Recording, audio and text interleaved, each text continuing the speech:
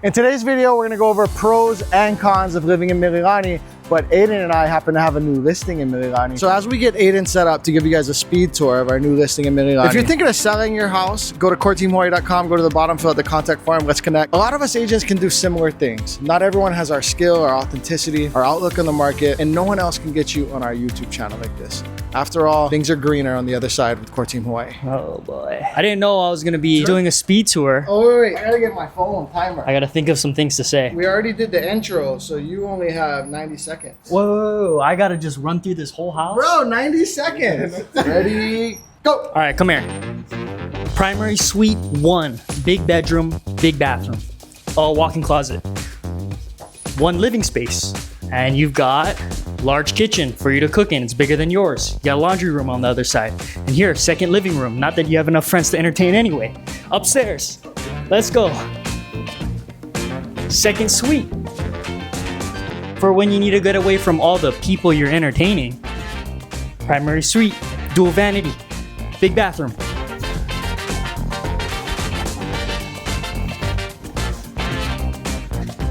Outside, barbecuing. Lawn, backyard, private, trees, grass. All right, going back. Don't know if I mentioned the dining area and the extra living room, but it's there. Guest bedrooms for your kids, 1, 2, full bathroom. And a 2-car carport with extra parking in the driveway and steps away from 16-acre park. In today's video, we're gonna go over some of the reasons why you might not want to live in Mililani. Now, we can't help but to spread some aloha and go over some of the positives, some of the reasons why I live in this community. And if you stay tuned till the end, I'm gonna spill the tea, tell you some stories about some of the anecdotal problems that some of my friends who live in the community have had themselves and with their children. So one of the reasons you might not wanna live in Mililani is the pricing. Now, I'm in Mililani Mauka, which is a little bit different market than Mililani town, which we'll get into. These homes are American classics, the highest end homes in all of Mililani, both parts. They're the upper echelon of homes in Mililani Mauka. I've been home shopping and I looked at some homes. In fact, just right in that cul-de-sac over there, I looked at a home for 1.65. I've also seen these go for upwards of 2 million, 2.1. If you go to Makakilo, you could get a similar home like 1.3-ish, 1.5. We're here in Mililani Mauka. This type of home is more 1.65 to 2 million. We can all agree, even if you're from the mainland and used to nice homes, these are really nice homes, right? But some people may not see the value in doing that when they could go to Makakilo, pay $300,000+ less for a similar home. Another reason you may not want to live in Mililani is the association. So there's Mililani Town Association, which governs the entire, well, not the entire 96789 zip code, but most of what locals see as Mililani. So there's that association that tells you what color your house can be and if you can do this extension or not, maybe beyond the rules of the Department of Planning and Permitting. Not everyone wants that MTA oversight. In addition, a community might have another association that dictates further things about the community. Associations can be a positive, they can be a negative. It just depends on the person. Just because you have an association doesn't mean that things are going to be perfect, as we can see. This side note from the pros and cons sort of theme of this video, that is probably my dream home. We showed that house to our clients in the past. I think it's a 4-bedroom. There's a pool in the back overlooking the perimeter. There's a little like pool house for the pool pump and stuff. Decent sized yard, a deck overlooking the perimeter. A perimeter lot in Mauka, and some areas of Mililani townside as well, is in that sort of upper echelon of homes that someone who's also looking in a Hawaii Kai, the nicer parts of Kaneohe, etc., they might see these homes and go, oh, actually, I prefer that. If we were gonna stay in the Mililani area, I think that exact home might be my dream home. Also, I looked at that home over there with the black Tacoma. I looked at that off market. We could have bought it off market. They were gonna sell it for 1.65. We just didn't love it. We ended up getting into something a little smaller, a little less, but we enjoyed it more, had more yard. The primary bedroom in that thing was like, it was like 300 square feet. It was huge. You could have put 4 king beds and still had a yoga part and an office. That's the level of homes we're standing in. It's Mililani. So whereas in Makakilo and Ewa, you might have this big yard, you're on a postage stamp. Like you can't even kick a soccer ball in that yard for almost 1.7 million. A reason you might want to live in Mililani are the schools. It's no secret to locals that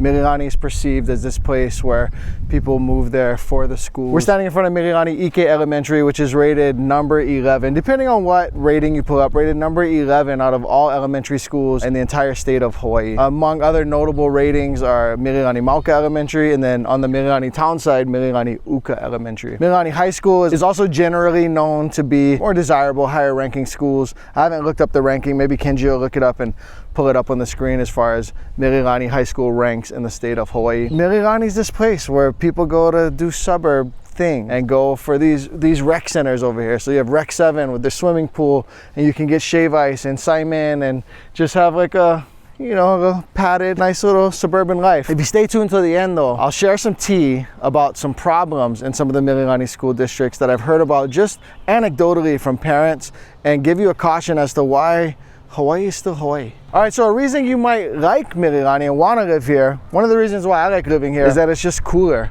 When you're going up the H2 and you go past Costco, through the Gulch and Waipio, you feel sometimes like an 8-degree temperature difference. And that's really nice at times. So for example, we filmed in Eva and Ho'opili last week, and I was wearing a similar fit, and I was so sweating, and I try and get my sweat off before the shot. And it's just so much cooler here. And for most intents and purposes, that's people want it to be a little cooler. They don't want the Eva heat. That's seen as a drawback. On the other hand, it can be really rainy and really wet here, and that's sort of a deterrent. So I'm always having to wash this white truck because it's always getting dirty. When it's like 4 p.m. and we may or may not go beach today, it's kind of cool sometimes here, and we have like a hoodie and it's overcast and it's sprinkling. And I know down in Eva Beach it's beach weather, but to make that decision to drive 30 minutes down to Eva Beach, I oftentimes don't do it because I'm just in this more Seattle-y type environment. No, I know it's not Seattle, chill. Yes, it's rainy and that makes things green and it makes things cooler.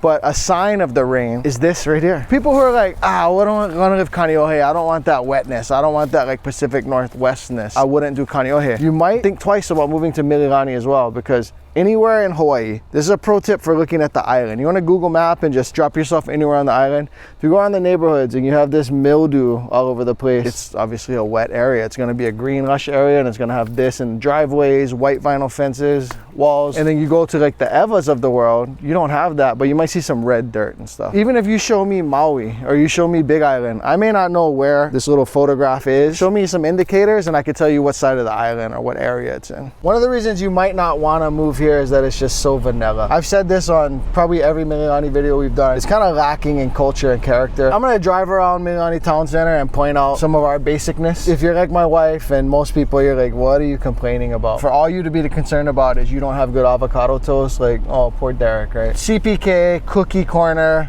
We love long strugs, don't get me wrong. That's part of Hawaii's culture. A Bank of Hawaii, Panda Express. Now, I will say Mililani movie theater is one of the better ones. They have good food, seats not too old. We love Mililani theater. Walmart, an auto parts store, City Mill, hardware store. So again, people thinking about Derek and the world's smallest violin. It's convenient. You have everything you need. Chili's, Taco Bell, Jack in the Box, Raising Cane's, which, tell me in the comments, are you a Chick-fil-A or Raising Cane's person? I think this is an important debate, and we need the comment section to help us settle it. We make this channel so you call us to do real estate. Further, we just enjoy it. We like doing it, but the way we make our money is you guys call us, we help you buy and sell homes. Because we've helped hundreds of clients do real estate, we know that there are clients that this idea of the vanilla-ness of Mililani, it sounds like torture. They don't want this. They want better yoga studios. Like recently, I've been looking for yoga. If you've never done yoga and you have any back problems, you'll know that it makes a huge difference.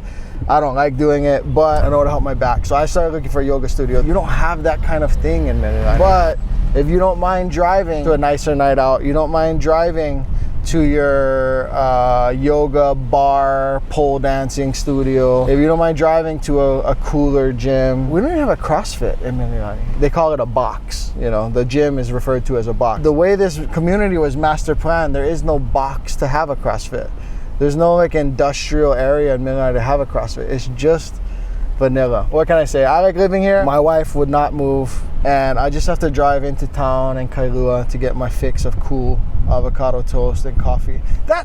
That's another thing. There's no cool coffee, you have to go to Wahiawa. You have to go into town or go to Kapolei to Island Vintage. We have Starbucks. Our coffee shop game is weak. A couple of more reasons you might want to live in Mililani is its location. This is the closest thing to like a bullseye on a dartboard that we have on Oahu. We're pretty centrally located. If you look all the way over there, see that kind of tan orange building? That's Wheeler Airfield, and then you have Schofield Barracks, Nick Tams. If you're going to Pearl Harbor, it's still a better commute than from Eva Beach or Kapolei. So oftentimes this Mililani conversation is one between paying a little more to be in Mililani or getting a little less to be in Mililani. So maybe townhome in Mililani versus single family in Eva. Price per square foot and what you get for your money, and commute and schools. And so we talked about schools in this video, but as far as commute goes, which is a percentage of your life, Mililani's not the best on the island, but it's better than those other two. It's better than going more H1 West to Kapolei and Eva. With no traffic, it takes me about 25 minutes to get everywhere. If I want to surf at Barbers or White Plains, as people call it now, if I want to go Haleiwa, both are about 25 minutes. If I want to go surf in town, about 25 minutes. Whereas in Eva, I'm really close to the beach and certain shopping. There's more shopping to be had in Kapolei. If I had to commute every day, I'd live in a townhome in Mililani over a single family in Eva. But are you PCSing? Are you on a ship? Are you working trop hours? Do you report? Does Liberty expire at 6 a.m. if you're military? Do you work for the city? Do you go in at 6 a.m. and leave at 2? All of these things get factored in. But if we just map it right now, Eva Kapolei is a little to a lot worse in commute than Mililani is. It just is what it is. So I told you if you stay tuned till the end, I'm gonna spill some tea, give you a little bonus info. We're standing right by Mililani High School, so I'm gonna tell you a few anecdotal stories. So I was just looking up the Mililani High School ratings. I see on Great Schools it says 9 out of 10. US News, it said Mililani High School is number 2 in all of Hawaii, and Mililani Middle School is number 6 in all of Hawaii. Now this is just anecdotally, but my wife went on a field trip with my son, talked to some other moms and parents just 2 days ago. And one of the moms was saying, oh, at Mililani Middle School, there's fights every day. I had a different experience. When I went to Mililani Middle for the kids' orientation, they made us feel so secure and like, we're gonna take care of your children. And if you ever need anything, you just let us know. I felt like, oh wow, this feels like beyond a private school. It felt amazing. But I do also know of another real estate agent who his daughter goes to the school and she's a freshman and like 4 senior girls are gonna beat her up. Another friend of mine, his daughter goes to this school and a couple of girls right now looking to kind of give her problems. Hawaii's still gonna be Hawaii, and kids are still gonna be kids, especially at the middle school age. Tell me now, what is the worst age group for a human? I feel like middle school are some of the worst humans at times. They're gonna bully and they're gonna fight and they're gonna do all these things. And then even at a more higher ranked high school like Mililani, you're still gonna fight. Guarantee that kids smoked weed this morning, you know? This is still Hawaii, this is still public school. But I think when we look at these ratings and when you make your decision, because Derek didn't tell you anything about what school to send your kid to, all he said was go to coreteamhawaii.com, go to the bottom, fill out the contact form, and contact us so we can enter dialogue about these things. But even at a higher ranking school like this, kids will be kids. But I think you're looking at averages, you're looking at average outcomes and just trying to do the best you can.